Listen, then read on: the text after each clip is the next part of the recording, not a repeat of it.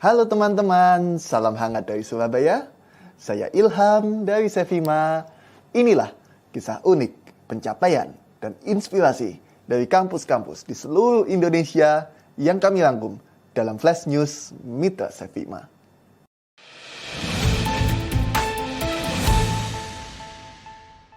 Terima kasih Bapak Ibu semua, kita menyambut kehadiran Bapak Kiatmadja Lukman, CEO PT Lukman Jaya dan Ketua Umum Keamanan dan Keselamatan Indonesia atau Kamselindo, dan didampingi oleh Ibu Margarita Sugianto, istri sekaligus mitra bisnis juga ya Pak Kiatmadja, dalam kapasitas Ibu Ila sebagai Wakil Direktur Lukman Jaya. Terima kasih telah hadir dalam webinar Komunitas Sevima yang nanti akan kita publikasikan di momen sidang terbuka promosi Dokter ITS. Izin memperkenalkan sekilas ini profilnya Pak Kiatmadja.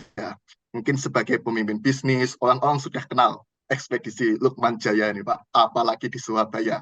Favorit dan idola untuk mengirimkan barang dan keperluan logistik lainnya. Namun yang mungkin masyarakat umum belum tahu nih Pak, adalah bagaimana semangat Pak Kiatmadja untuk terus belajar menuntut ilmu. Dan ini bisa jadi inspirasi anak muda supaya tidak kalah semangat. Sebelum S3 ini, Pak Kiatmadja juga pernah mengikuti sertifikasi sebagai mediator, pelatihan di Lemhanas, dan berbagai aktivitas pendidikan lainnya yang mungkin nanti Pak Kiatmadja bisa cerita lebih lanjut. Dan yang kita akan diskusikan bersama setelah ini adalah pengalaman inspiratif Pak Kiatmadja bersama Ibu kuliah S3 di DMT ITS, angkatan pertama.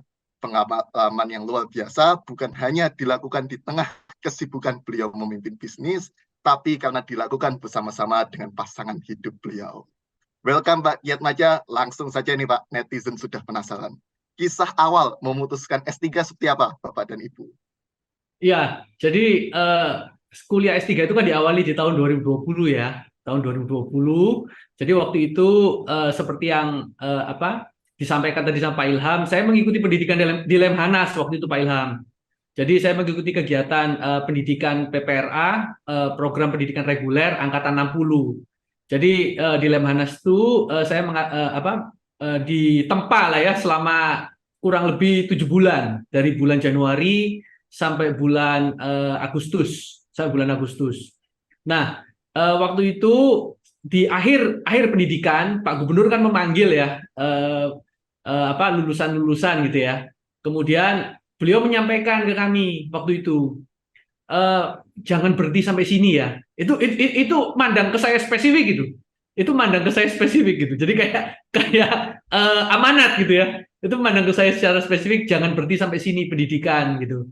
Terus lanjutkan pendidikan di luar Lemhanas. Nah, itu terus memotivasi saya untuk terus melakukan pendidikan. Nah, setelah itu kebetulan kan DMT ya, waktu itu masih namanya belum SIMT waktu itu, MMT waktu itu namanya, sekarang jadi SIMT, Sekolah Interdisiplin Manajemen Teknologi.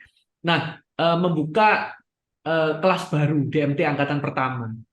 Nah, terus mulai join lah, saya mulai bergabung karena sesuai dengan amanat gubernur tadi ya, saya lanjutkan sekolah karena memang lagi seneng-senengnya. Nah, setelah itu waktu itu juga memang situasi pandemi COVID. Nah, saya sampaikan ke istri saya, Bu Ira Insani saya ini. Jadi kesempatan seperti ini tidak datang dua kali gitu ya. Kesempatan seperti ini tidak datang dua kali. Karena kenapa? Karena kuliahnya bisa bareng, kemudian situasinya juga masih pandemi ya. Sehingga kegiatan fisik dibatasi, kita bisa lebih fokus kepada kegiatan-kegiatan pembelajaran. Karena setelah pandemi nanti semua akan berubah gitu ya, semua akan lebih cepat gitu. Makanya kita perlu mengupgrade skill yang kita miliki sekarang untuk menjadi lebih baik gitu. Kurang lebih itu yang memotivasi kami, selain kesempatan gitu ya yang harus cepat diambil, karena kesempatan nggak ada dua kali teman-teman gitu ya. Terus kemudian juga selain itu lagi panas-panasnya gitu ya, lagi anget-angetnya gitu ya untuk belajar gitu. Jadi saya lanjutkan gitu. Gitu kira-kira Pak Ilham. Oke Pak Kiatmadja, dan tadi sudah disebutkan juga ini Pak, angkatan pertama DMT ITS. Kenapa Pak Kiatmadja dan Bu Iwa memilih kuliah di ITS dan di Surabaya? Ya, Nah, sebenarnya saya tinggal di Jakarta ya. Untuk apa? Untuk gambaran teman-teman. Jadi kebetulan sekolah di DMT itu karena juga masa pandemi, sekolah di SIMT ITS itu memberikan banyak kemudahan, termasuk untuk kami. Ada dua jenis kelas waktu itu ya, selain kelas yang di Jakarta dan juga ada kelas di Surabaya. Nah, terakhir ada kelas juga yang namanya kelas PJJ atau pendidikan jarak jauh. Jadi PJJ ini sangat membantu khususnya untuk profesional yang bekerja di dunia industri seperti kami ya. Kalau kalau kami ini harus sering masuk ke perkuliahan di kelas itu akan memakan waktu dan sulit gitu menyempatkan di sela-sela kesibukan kami.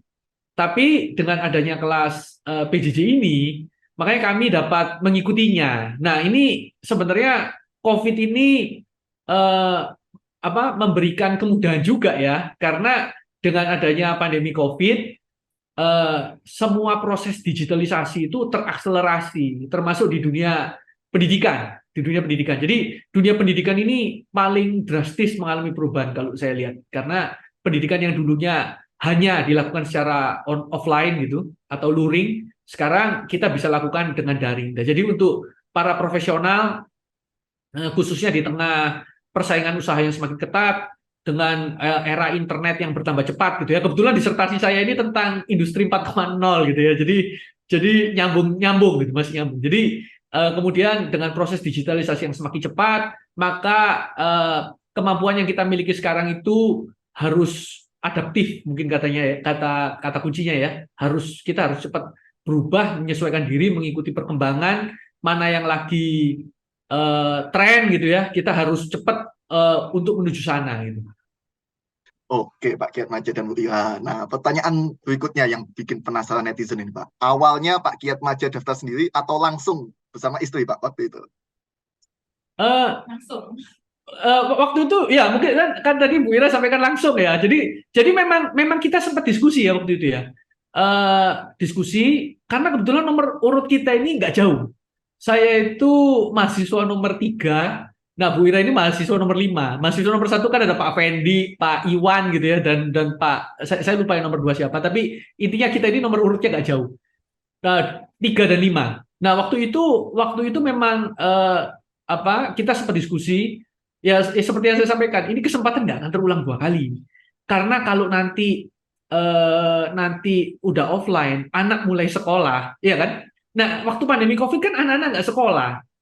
Nah, khususnya kayak seperti Bu Ira ini kerjaannya banyak juga ini. Selain kerja sebagai profesional, juga mengurus anak ya, mengurus anak sehingga termasuk kita ini kan berbagi tugas gitu. Kalau pagi saya yang nganter anak, kalau siang Bu Ira yang jemput anak kan gitu.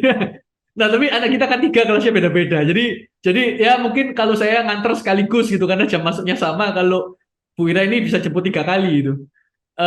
Nah, tapi artinya gini, waktu itu saya sampaikan ini kalau nanti ditambah kesibukan offline, tentunya akan sulit gitu buat kita belajar. Nah, sehingga ketika anak-anak juga online gitu ya, anak-anak kan juga online waktu itu. Anak-anak juga online selama kurang lebih 1,5 tahun kalau saya nggak salah, 2 tahun ya, 2 tahun ya, kurang lebih 2 tahun. Nah, kami juga bisa fokus gitu kan, karena pendidikan S3 ini harus fokus loh ya. Itu mungkin yang buat catatan teman-teman yang ingin masuk ke pendidikan di doktorat gitu ya. Karena kalau nggak fokus, akhirnya nanti lulusnya bisa bertahun-tahun. Bertahun-tahun ini yang jadi problem gitu ya, di pendidikan selama S3. Nah, kami ini cukup cepat karena 5 semester sekarang masuk ke semester kelima. Jadi lebih cepat, kurang lebih setengah tahun dari jadwal ya, dari jadwal yang sudah ditentukan. Sebenarnya ada mahasiswa yang lebih kilat dari kami itu ya, rekan kami Pak Fendi itu kemarin di tahun 2022 lalu sudah sidang promosi terbuka. Nah, ini kami ini termasuk yang doktor kedua dan calon dokter kedua dan calon dokter ketiga ini di DMT. Amin. Oke Pak Kiat Maja dan Bu Ira, saya kira tadi juga sekaligus cerita tentang suka dukanya ini Pak dalam proses kuliah. Nah, sekalian menyambung tadi sudah disebutkan tentang kemudahan kelas PJJ ini Pak. Kalau kelas PJJ berarti kan menggunakan aplikasi online itu Pak. Banyak sekali aplikasinya online di ITS, ada Integra ITS, ada Google Classroom, Sevima Edlink, dan macam-macam aplikasi online yang digunakan Bapak Ibu dosen. Suka dukanya kuliah online itu seperti apa Pak? Aplikasi ini kan baru ya Pak untuk Bapak Ya. Ibu yang mungkin secara usia juga perlu belajar banyak. Ya, memang pendidikan pembelajaran jarak jauh ini kan itu ya baru ya buat kami juga. Nanti mungkin Bu Ira bisa menambahkan juga ya gitu ya. Jadi pendidikan jarak jauh ini kan baru buat kami juga ya. Jadi waktu itu memang agak sulit ya, terkendala jaringan gitu kan, biasanya terkendala jaringan, kemudian terkendala platform gitu ya. Yang kami pakai ini memang platform online Zoom ya, Zoom gitu. Jadi dan belajar di S3 itu nggak banyak kuliah sebenarnya, nggak banyak perkuliahan. Mata kuliahnya hanya ada 5, terdiri dari statistik karena penting ya untuk metodologi. Setelah itu ada etika penulisan, terus penulisan akademik, setelah itu metodologi penelitian, pengembangan profesi, dan proyek inovasi. Totalnya itu ada 5. Nah, dari lima itu yang ada kelasnya. Sisanya itu mandiri. Artinya mandiri itu gini. Mandiri itu kita ada progres penelitian 1, 2, kemudian ada kualifikasi, setelah itu progres penelitian 3, 4, setelah itu ujian tertutup dan ujian terbuka. Ujian terbuka itu akhirnya ya, akhirnya di ujian terbuka. Nah, selama itu perlu tingkat kemandirian yang tinggi. Kalau salah satu dosen saya itu bilang, Pak Kristianto ya, beliau itu sampaikan eh, kuliah di S3 itu membutuhkan soliter katanya. Soliter itu kata kuncinya soliter. Soliter itu belajar mandiri dengan produktivitas tinggi. Nah, belajar mandiri dengan produktivitas tinggi itu sangat diperlukan karena kita harus memacu diri kita sendiri ya. Memacu diri kita sendiri. Kadang-kadang kan kalau sekian lama itu aduh kok kok males ya gitu ya. Kadang-kadang ya setelah sekian lama gitu. Tapi kita harus selalu kembali lagi ke ke pokok intinya kita belajar gitu ya. Jadi membuat topik disertasi itu harus yang kita minati, teman-teman, harusnya kita minati. Seringkali kita itu buat topik disertasi yang jauh dari minat gitu ya, karena berasumsi kalau proyek kayak kuliah S3 ini seperti membuat Nobel Prize gitu ya, yang dengan tingkat kerumitan yang sangat tinggi gitu. Itu idealisme pertama kali kita itu masuk ke S3. Padahal kalau kita bicara nggak ada disertasi yang paling bagus selain disertasi yang selesai. Nah, disertasinya nggak selesai itu percuma gitu ya, percuma. Nah, padahal kita belajar selama S3 itu adalah untuk untuk mempelajari metodologinya menjadi seorang peneliti. Itu yang mungkin perlu saya garis bawahi, teman-teman.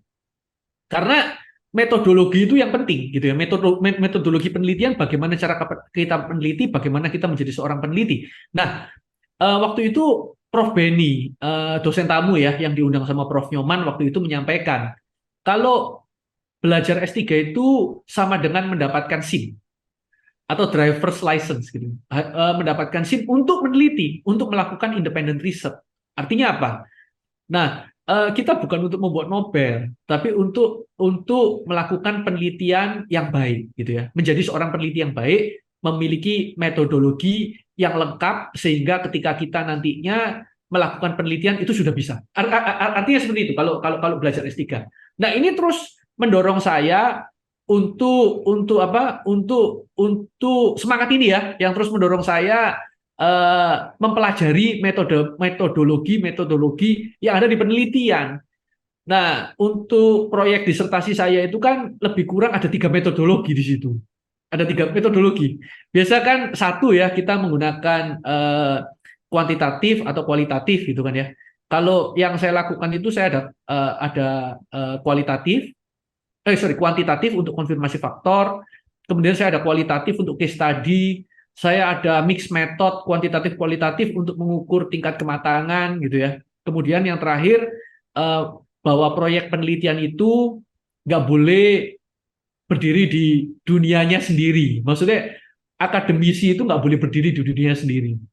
Apa yang kita lakukan di akademis itu harus bisa dipraktekkan ke dunia praktis atau dunia nyata. Jadi di akhir metodologi yang saya gunakan adalah pendekatan action research yang menggunakan yang menekankan kolaborasi antara peneliti dan perusahaan ya, khususnya di sini dunia usaha, mempraktekkan apa yang sudah diteliti ke dalam dunia nyata. Nah, itu siklus lengkap disertasi saya kurang lebih, sehingga nanti hal ini mudah-mudahan akan membekali saya kami ya ke depan ketika diperlukan metode tertentu untuk implementasi di lapangan gitu. Mungkin Bu Ira bisa menambahkan ya.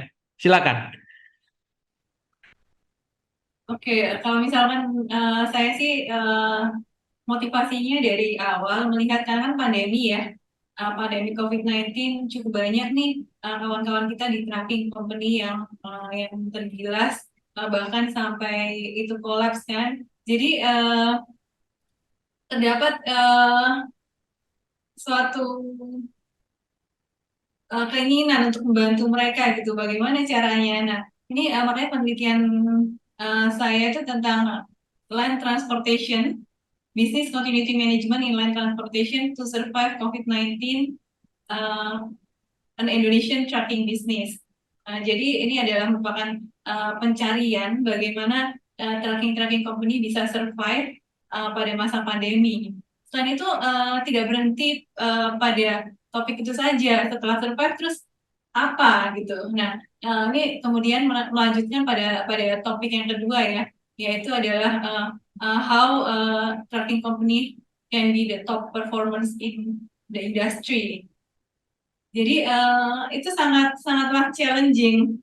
Yang pertama tuh awalnya dari 3 research question, dan yang terakhir berevolusi menjadi 7 research question. Nah, itu adalah merupakan suatu perkembangan dari awal transformasinya hingga terakhirnya dapat memberikan, oh ya ini sudah cukup untuk bisa menjawab question-question yang selama ini dicari gitu. Pencariannya lumayan challenging karena kan mungkin kalau misalkan bertanya tuh ya pada rakyat, pada anak-anak itu, ini ibunya selalu ngapain sih weekend? Nah, pasti jawabannya selalu di depan komputer. Kalau dulu masih bisa baking, bisa coba-coba bikin dress, itu kan. Itu terakhir ini padat sekali. Jadi tiap kali selalu di depan komputer ya, tenggelam dalam lautan jurnal. Jadi itu mencari jawabannya di sana. Itu salah satu challenge ya. Jadi gimana kita melingkan antara hasil yang kita dapat dengan peneliti yang terdahulu, apakah hasilnya sudah sesuai, dan apabila tidak sesuai, ada apa ini? Apakah ada pengaruh daripada COVID-19 yang merupakan situasi yang novel di mana sebelum-sebelumnya tidak ada situasi seperti ini, dan even the resilient leadership itu mereka juga masih find it challenging untuk respons terhadap situasi selama COVID-19 pandemi. Gitu sih singkat ceritanya. Mantap Pak Kiat Maja dan Bu Ira. Tadi ini Bu Ira yang menarik. Kalau dulu weekend baking, sekarang weekendnya itu di depan komputer. Pak Kiat Maja dan Bu Ira. Ini juga pertanyaan sejuta umat, bagaimana Pak menyeimbangkan waktu antara kuliah dengan pekerjaan memimpin bisnis? Ya, nah kebetulan memang ya. Nah, seperti yang saya sampaikan tadi, penelitian itu jangan terlalu jauh dari apa yang kita kerjakan, gitu ya. Jangan terlalu jauh. Karena kalau jauh, pertama juga akan menjadi beban, kemudian nggak, kecuali itu hobi ya, karena gini, waktu kita itu sangat terbatas. Waktu kita itu sangat terbatas.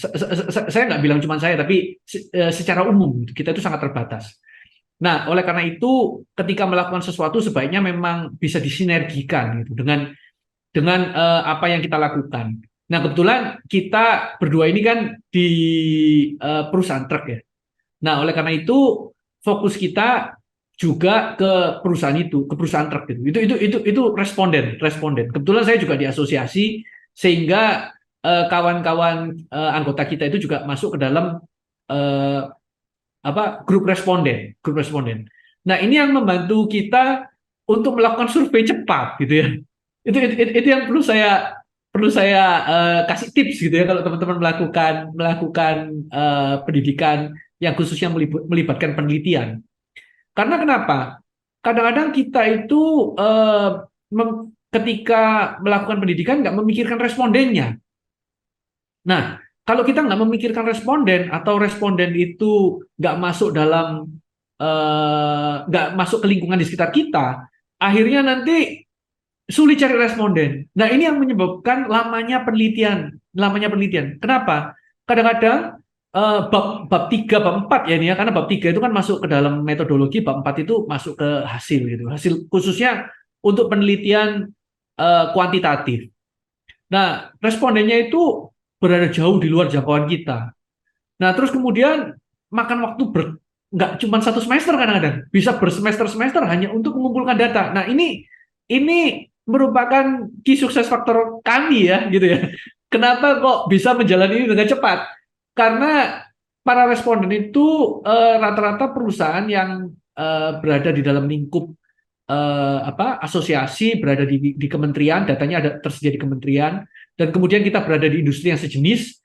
Artinya apa? Ketika kita mempelajari responden kita seperti mengaca ke diri kita sendiri gitu. Artinya, seperti ini gitu kondisinya. Jadi kita harus melakukan apa? Nah, ini menjadi baik untuk perusahaan. Kenapa? Karena hasil dari research ini bisa kita juga manfaatkan untuk konteks kita di perusahaan. Karena dengan adanya sinergi tadi. Gitu kurang lebih Pak Ilham. Oke, Pak Kiat Maja juga sudah diceritakan secara komplit tadi tahapan-tahapannya saat kuliah. Nah, salah satu kisah unik yang bikin penasaran ini, Pak. Bapak dan Ibu itu tercatat mengikuti konvensi internasional yang sama dan publikasi di acara yang sama, yaitu IAIM 2022. Nah, ini kisah uniknya bagaimana, Pak, awalnya mengikuti dan kemudian menulis bersama istri. Ini kisah romantis ini, Pak, dan Ibu. Iya. Nah, jadi gini, di IAIM itu memang ada 2 paper ya. Jadi maksudnya paper saya sendiri dan paper Bu Ira gitu ya, paper istri. Nah, artinya tapi hal itu kita lakukan bersama. Nah, IAIM itu kita lakukannya secara online, tapi Pak Ilham ngomong-ngomong ya. Karena waktu itu di awal Januari 2022, saya ingat saya ya, 2022 kalau nggak salah sekitar tanggal belasan lah itu waktu IAIM itu mungkin tanggal 14, 15, 16 antara itu ya. Nah, itu kita semua ini pengalaman baru ya. Semua ini pengalaman baru. Jadi termasuk nggak hanya menulis disertasi, tapi juga termasuk conference gitu. Termasuk juga nulis jurnal paper di jurnal ya. Paper di jurnal bereputasi internasional. Nah, itu yang membuat pengalaman-pengalaman ini jadi unik ya.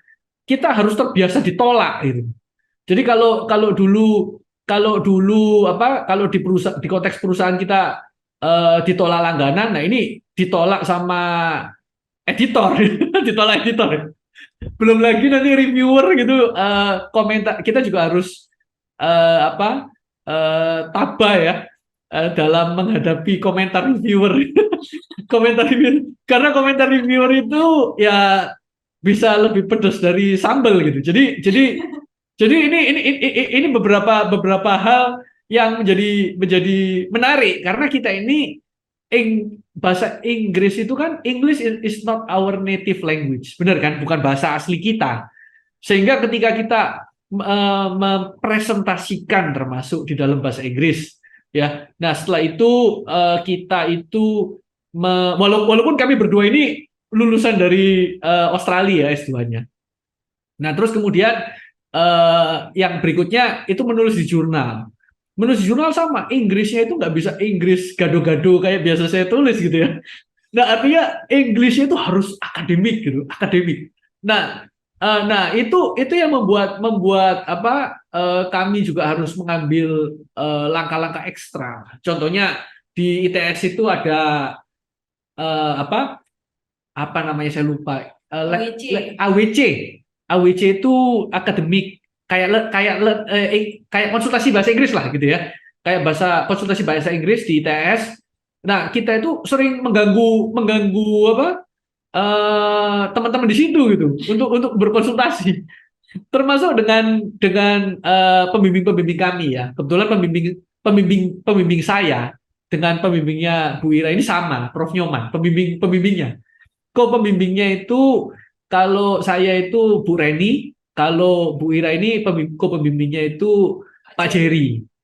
Nah, kita komunikasi itu sangat intens, gak cuman intens, sangat intens. Bahkan kadang-kadang nggak mengenal jam karena kita menggunakan media WhatsApp ya. Jadi anytime kita kita memberikan pesan itu sama Prof Nyoman langsung dijawab begitu beliau available. Nah, termasuk kemarin waktu sidang tertutup kan saya menemani juga ini Bu Ira ke ITS ya. Nah, waktu itu Pak Jerry juga menyampaikan itu, wah, nggak kenal waktu ibu ini. Jam 9 WA, jam 10 WA, jam 1 malam WA, jam 2 malam WA. Nah, ini menjadi resep sebenarnya ya, asal pembimbingnya tabah ya dalam menghadapi cobaan ini gitu. Nah, kalau di kami itu memang kalau lagi apa ya, panas-panasnya menulis, kita ngomongnya lagi panas-panasnya menulis itu rasanya sulit untuk dihentikan gitu. Terus gitu, nggak kenal tidur, nggak kenal kita terus menulis gitu. Nah makanya waktu itu pokok yang penting, takutnya lupa kalau nunggu pagi jam 8 jam 9 gitu ya. Kalau dengan WA kan pokok langsung WA gitu. Nah, kalau mau direspon nanti ya udahlah gitu. Yang penting pesan sudah kita sampaikan sehingga nanti ketika ada respon kita bisa memperbaiki. Itu mungkin tambahan benefitnya menggunakan teknologi ya. Jadi dengan adanya komunikasi menggunakan secara digital, supaya contohnya aplikasi WA gitu sangat membantu kami itu dalam berkomunikasi dan berkoordinasi dengan pembimbing. Oke, Pak Kiat Maja, itu tadi sekaligus kisah unik proses perkuliahan bersama istri ya, Unik Pak ya. Nah, kita Jadi berlanjut ke sangat perlu persistensi, terus komitmen yang tinggi. Jadi untuk menjadi mencapai doktor ini tidaklah mudah. Jadi harus step-stepnya harus diperhatikan, harus mau mendengar kritikan. Nah, ini kritikan ini jangan dianggap jangan dimasukkan hati, tapi akan membuat kita lebih ke depannya lebih improve, dan merupakan kritik yang membangun gitu. Karena kan kalau kita mendengarkan, kita memperbaiki, nah itu disertasi kita akan menjadi lebih baik, dan akan terlihat improvementnya dari awalnya bagaimana, dan terakhirnya itu oh iya, ternyata setelah memasukkan daripada saran-saran dari dosen-dosen maupun dari kawan-kawan. Nah, itu terakhirnya kita oh iya, memang kita akhirnya mengalami improvement yang sangat luar biasa di akhir dari disertasi ini. Oke, Pak Kiat Maja dan Bu Ira, termasuk tipsnya tadi berarti ketika suami istri kuliahnya bareng bisa saling menyemangati ya berarti ya. Siap ya. Baik, Bapak dan Ibu, sebentar lagi kita menyambut promosi sidang terbuka doktor Bapak dan Ibu. Harapan Bapak dan Ibu atas kelulusan nantinya seperti apa, Bapak Ibu?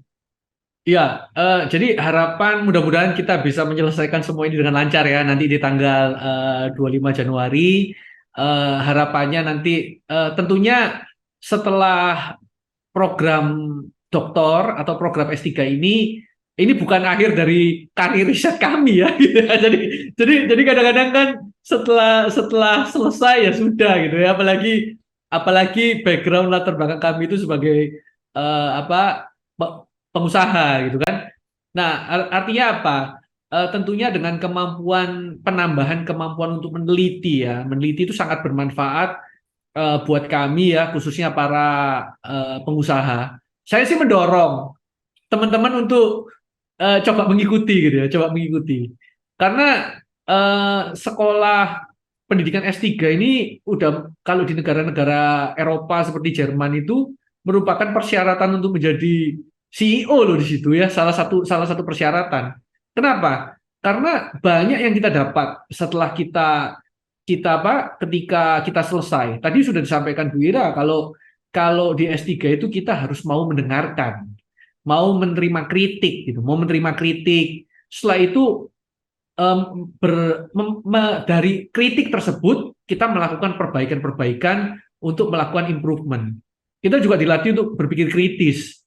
Kita juga dilatih untuk mencari data ya, tenggelam di dalam lautan jurnal gitu ya, tenggelam dalam lautan jurnal dan data gitu ya, untuk mencari makna dari apa yang kita pelajari gitu. Jadi banyak yang kita dapat, termasuk untuk soliter. Nah, ini penting ini kata-kata Pak Kristianto dulu itu. Termasuk untuk soliter. Karena kebanyakan kita itu sulit untuk bisa bekerja sendiri dengan produktivitas yang tinggi.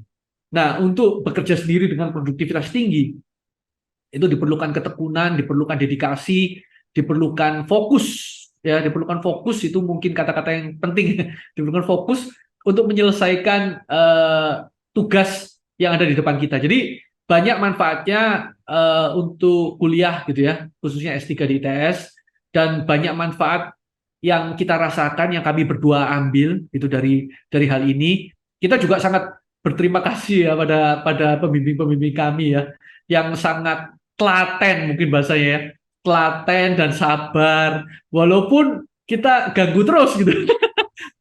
Walaupun kita ganggu terus, tapi gini loh, ini kan yang melatih persistensi ya, melatih persistensi itu ketekunan ya, keinginan untuk mencoba terus gitu, persistensi. Walaupun ya kita tahu hambatannya seperti apa, tapi kita harus selalu persisten gitu, kita harus pantang menyerah, harus fokus gitu ya, untuk bisa menyelesaikan ini gitu. Itu sangat bermanfaat untuk kami. Dan kami rasa itu akan bermanfaat untuk teman-teman yang lain juga. Mungkin ada tambahan? Jadi istilahnya kalau lulus S3 ini adalah lulusan-lulusan yang tahan banting gitu. Seperti tadi ya, sudah ditempa, kritikan, reviewer. Nah, itu jadi lulus dari S3 ini kita punya mental tahan banting gitu. Kita tidak takut lagi akan penolakan. Sekali tolak nggak apa-apa, coba terus. Suatu saat pasti berhasil.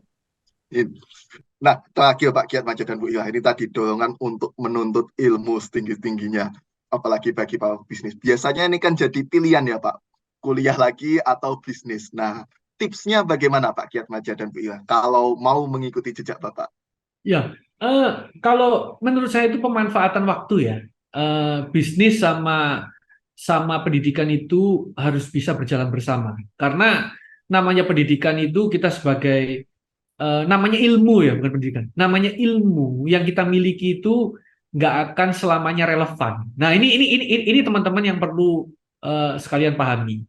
Karena apa yang kita pelajari dulu gitu ya, sama sekarang itu bisa berbeda. Nah, oleh karena itu ilmu itu harus selalu ditingkatkan, harus selalu di-upgrade untuk relevan dengan konteks yang ada di dunia sekarang ini, termasuk di dunia usaha.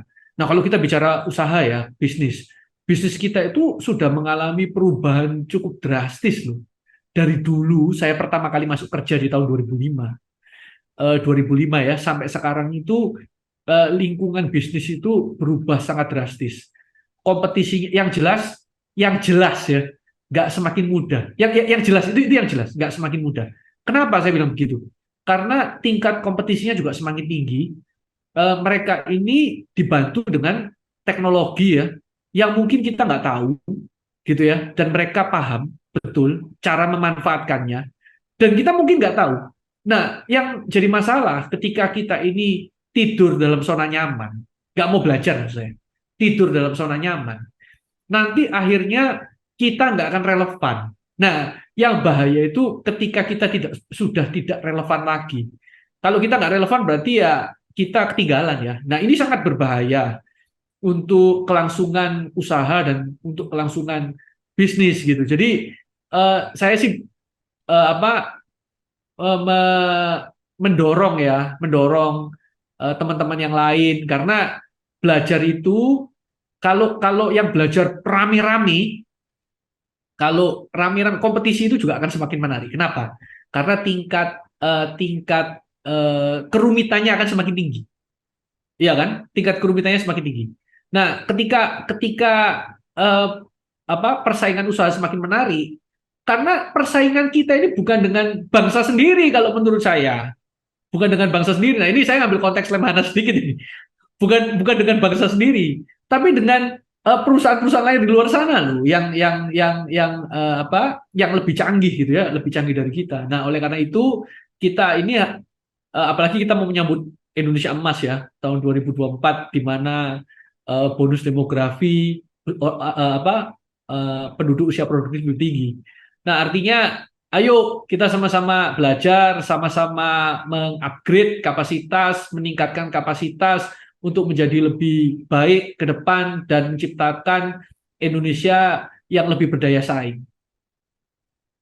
Oke, terima kasih Pak Kiat Madja Lukman dan Ibu Margarita Sugianto atas waktu dan kesempatannya. Salam hormat dari Surabaya dan terima kasih atas inspirasi yang diberikan. Terima kasih. Terima kasih.